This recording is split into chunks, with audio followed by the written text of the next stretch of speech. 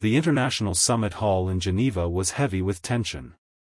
Leaders from across the globe had gathered, each waiting to showcase their power, their influence, and their vision for the future. Cameras flashed, translators whispered, and the audience sat on the edge of their seats. On one side stood Benjamin Netanyahu, a figure who carried decades of political weight. On the other was Ibrahim Traoré, young but unshakable, the voice of a rising Africa. Netanyahu adjusted his tie, his voice sharp as it echoed through the chamber, "Africa will obey. History proves it. Your lands, your resources, your governments, they have always needed guidance. And they always will." His words carried arrogance, dripping with the authority of old empires. The hall grew uncomfortably quiet. Some leaders nodded in silence, unwilling to confront the Israeli Prime Minister. Others shifted in their seats, sensing the storm about to break. Then Traoré rose. Calm, composed, yet his eyes burned with defiance. He didn't raise his voice, he didn't need to. His presence alone demanded attention. "Mr. Netanyahu," he began, his tone measured but firm, "Africa bows to no one. Not now. Not ever. You speak of history as if it is unchanging. But history is not a prison, it is a lesson. And Africa has learned." The room froze. Every camera turned toward him, every reporter leaned in closer. Leaders who had once dismissed the young Burkinabe president now felt the weight of his words. Traoré continued, "Our people are not pawns in your games. We are not shadows of your empires. We are the builders of our own destiny. And no declaration, no threat, no foreign hand will ever dictate our path again." Gasps and murmurs swept the room. Netanyahu's smirk faltered, if only for a moment.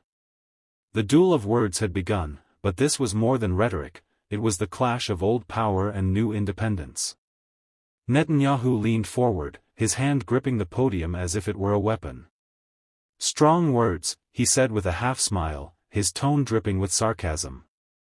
"But strength is not in words. Power is in control, control of resources, control of economies, control of security. And Africa still relies on us for all three." His voice carried over the hall like a warning shot. The audience shifted, sensing the provocation intensifying.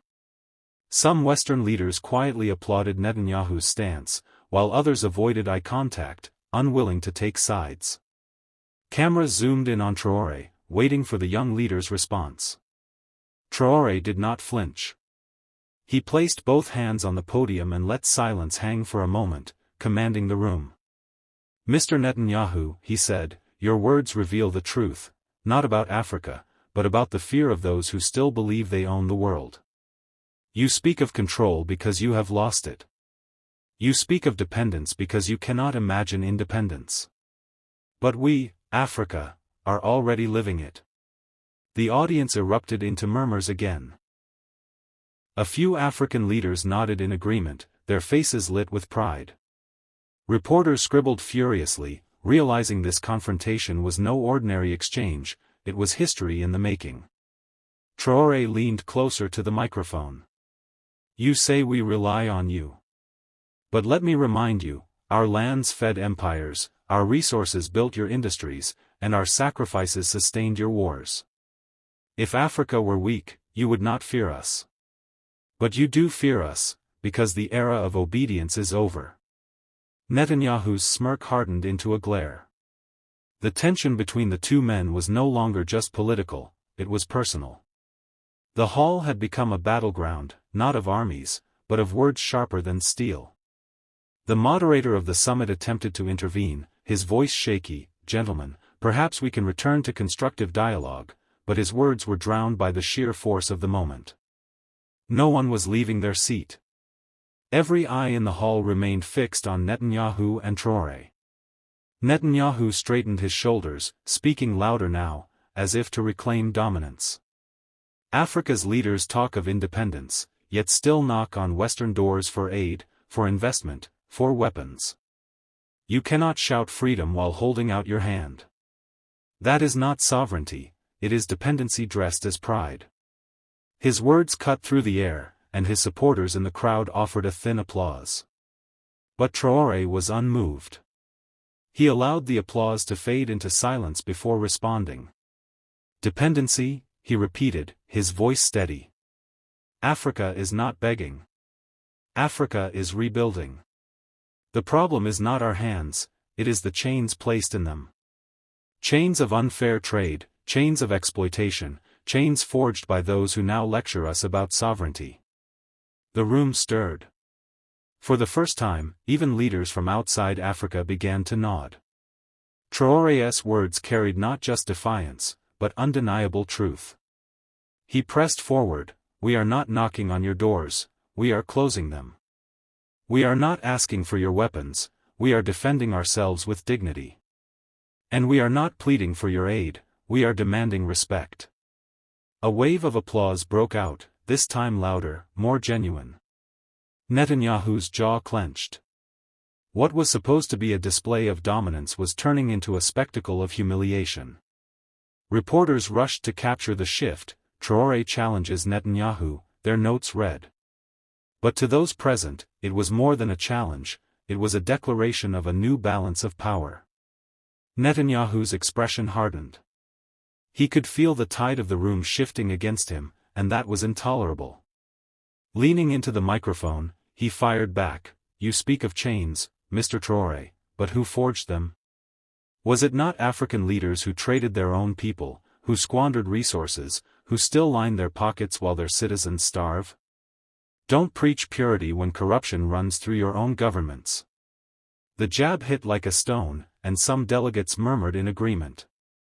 It was a sharp move, turning the conversation back toward Africa's internal struggles. Netanyahu smirked, sensing he had regained ground. But Traoré's eyes narrowed, not with anger, but with resolve. He waited for silence, then spoke with a gravity that pierced the room. "Yes, corruption exists. Yes, betrayal exists. But let us be clear, it was not born in Africa, it was imported here. It was rewarded, funded, and protected by those who benefited most. You point to African leaders who sold out their people. But who bought them, Mr. Netanyahu? Who propped them up? Who armed them, shielded them, and exploited them?" A heavy silence fell. Traoré's words were not just an answer, they were an indictment of centuries of hypocrisy. Delegates shifted uncomfortably, the truth was undeniable. He pressed on, voice firm but calm, "We are not blind to our wounds.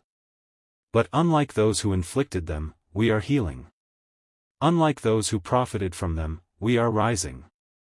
Africa is not perfect, but it is ours. And that makes it stronger than any empire built on theft." The applause this time was thunderous, echoing off the walls of the summit hall. For the first time, Netanyahu lowered his gaze, his argument cut at its root. Netanyahu leaned back slightly, his face stiff, but he wasn't ready to concede. His voice dropped lower, steady, calculated. "Strong speeches impress crowds, Mr. Traoré, but speeches do not build nations. They do not defend borders. They do not create stability. Africa's history is littered with revolutions that promised freedom but ended in chaos. Why should anyone believe yours will be any different?" The word struck like a challenge. Some nodded quietly, their doubts about Africa's future echoing in Netanyahu's critique. He had chosen his strike carefully, undermining not just Traoré, but the very idea of Africa's independence movement. But Traoré met the attack head-on. His eyes swept the room, and he spoke with conviction, each word carrying the weight of a generation. Revolutions fail when they are hijacked. They fail when outside hands manipulate them, when promises of aid come with chains, when leaders are turned into puppets. But our movement is not for your approval, it is for our people. The audience sat in rapt silence as Traoré's tone deepened. "You ask why we believe this revolution will be different? Because it already is. For the first time, Africa's youth see themselves not as subjects, but as owners of their destiny. For the first time, we are choosing unity over division, sovereignty over dependence, and dignity over obedience. A ripple of applause began, small at first, then swelling until the hall echoed with it. Delegates from across the global south rose to their feet, their claps and cheers filling the chamber. The sound was not just approval, it was solidarity. Netanyahu's gaze hardened. He had come to the summit to show strength, but Traoré had turned the stage into a battlefield of ideas, and he was winning. The tension in the summit hall was now electric. Netanyahu's eyes narrowed as he scanned the room, noticing how more and more leaders were leaning toward Traoré's words. His jaw clenched, but he pressed forward, unwilling to back down. Unity? Netanyahu scoffed. Africa has spoken of unity for decades. Yet when pressure comes, nations fracture, leaders betray, and alliances collapse. You say you will not bow, but history proves otherwise. When the weight of global powers presses down, Africa bends. His words struck with cold precision, meant to paint Traoré's defiance as naive, even dangerous. The hall quieted again. For a moment, it seemed Netanyahu's point might stick. But Traoré stood unshaken, his gaze fixed directly on the Israeli leader. He leaned forward, his voice calm yet filled with unyielding fire. History does show Africa bending. But history also shows why, because those pressing down were armed with stolen wealth, foreign armies, and lies dressed as treaties. That era is ending. You say unity will fracture? Then watch closely, because this generation has no patience for division. The young leader's tone sharpened, we will no longer allow borders drawn by colonizers to divide us. We will no longer let corporations steal our minerals while our people starve. And we will no longer listen to men who believe obedience is eternal. The room broke into applause once more, louder, fiercer. Even delegates who had stayed silent were now clapping. Netanyahu shifted uneasily, the narrative he had hoped to control was slipping completely from his grasp. A journalist whispered to another, this isn't just a clash of leaders, it's the clash of two worlds. One clinging to control, the other demanding freedom. Netanyahu leaned closer to the microphone now, his tone sharp and cutting, you speak like a revolutionary, Mr. Traoré, but revolutions without realism are nothing more than speeches. Do you truly believe Africa can resist when the world controls the markets, the banks, the weapons, the media? You can shout all you want, but when the pressure comes, you will return to obedience. The words were heavy, echoing with the confidence of someone who had seen nations crumble before global powers. A few leaders in the hall shifted nervously, the reminder of economic and military leverage was real. But Traoré did not falter. He stepped forward, his voice rising above the tension. You confuse shouting with truth. You confuse obedience with survival. For too long, Africa's survival has been mistaken as consent. But hear me clearly, obedience is over. The markets you speak of? We are building our own. The banks you boast of? We are creating alternatives. The weapons you flaunt? We are uniting to defend ourselves. The words struck like thunder. Delegates leaned in, absorbing each syllable. Traoré wasn't just answering Netanyahu, he was painting a vision of Africa unshackled. He raised his hand, his voice steady but piercing, and the media you control? It can twist our words, but it cannot erase our will. You threaten pressure, we answer with resilience. You warn of obedience, we reply with defiance. Africa does not return to chains once broken. A wave of applause surged, louder than before. Cameras flashed, journalists typed furiously. The narrative of the summit was shifting decisively. Traoré wasn't simply standing his ground, he was dismantling Netanyahu's authority, piece by piece. Netanyahu's smirk faded. For the first time, his eyes revealed a flicker of unease. The atmosphere in the summit was now like a storm waiting to break. Netanyahu, refusing to show weakness, leaned forward again, his voice dripping with scorn. You make bold claims, Mr. Traoré, but Africa's survival has always depended on others. Aid, trade, security, it all flows from outside. Without it, your nations collapse. You don't defy us, you depend on us. The words were cold, deliberate, meant to remind everyone in the room of Africa's vulnerabilities. For a brief moment, silence fell, as if the accusation had struck truth. But Traoré did not flinch. He stepped into the silence, his voice calm but unyielding. Dependence is not destiny, it is a design. A design built by those who profit when Africa is weak. But what you forget, Mr. Netanyahu, is that designs can be broken. The hall leaned in. Traoré's tone sharpened. Africa does not collapse without you. It breathes. It grows.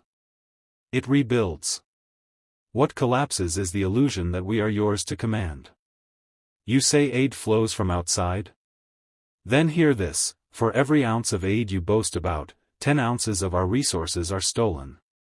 For every dollar you claim to give, 100 are taken. Who, then, truly depends on whom? The words cut deep. Delegates shifted, murmurs spread, and the applause came, stronger and louder, as leaders stood to their feet in agreement. The sound echoed like thunder across the chamber. Netanyahu's jaw tightened. His argument, that Africa depended on powers like his, was crumbling in real time. Traoré's defiance wasn't just rhetoric, it was resonating as undeniable truth. Journalists scribbled furiously, headlines already forming, Traoré turns dependency into defiance, and Africa's voice roars at global summit. For the first time, Netanyahu's authority looked fragile. Netanyahu's expression grew tighter, but he forced a thin smile as if he still held control. He adjusted his jacket, his voice steady but edged with warning. Strong words, Mr. Traoré. But remember this, those who stand against global powers often find themselves isolated. Alone. And in the end, even the loudest voices fade into silence. The hall grew tense again. His words carried a veiled threat, the kind that echoed the fate of leaders throughout history who had defied the status quo and paid a heavy price. Some delegates exchanged nervous glances, because the risk was real. But Traoré raised his chin, his presence unshaken. He stepped forward, his voice cutting through the silence like a blade. Alone? Look around this hall. Do you see me standing alone? I stand with Africa's people, with every young man and woman who refuses to be silenced, with nations that no longer kneel. If you think isolation is our weakness, then you have not yet understood, our strength is in unity, not permission. His tone hardened, each word hammering into the chamber. Silence? It is not Africa's voice that will fade, it is the illusion that you can command us. You said Africa will obey. I say this, Africa will rise. And no amount of threats, no weight of history, will change that. The chamber erupted. Applause thundered, chants echoed from African delegations, and even some outside the continent rose to their feet. Netanyahu's warning had backfired, what was meant to intimidate had only amplified Traoré's defiance. Headlines were already being written, Traoré turns threat into triumph, and Africa's stand, defiance at the global summit. Netanyahu's eyes burned, but there was no denying it now, Traoré had seized the moment, and the world was listening. The applause that shook the summit hall was unlike anything the assembly had seen in years.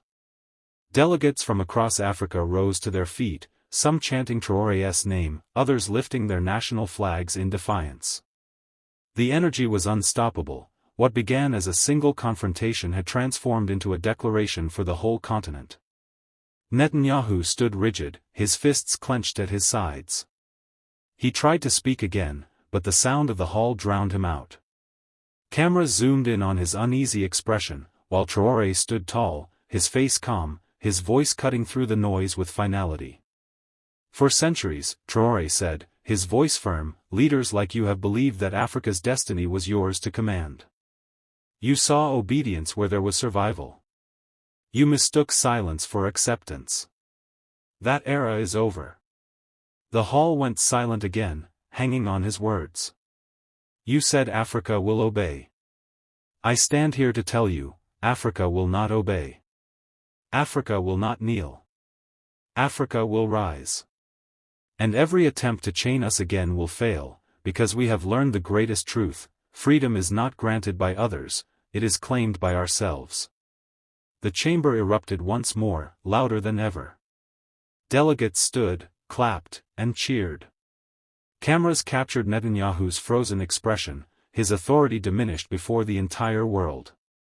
Outside the summit, the streets filled with chants echoing Traoré's words. Across social media, clips of his defiant stance spread like wildfire: we bow to no one. In that moment, Traoré was no longer just the leader of Burkina Faso.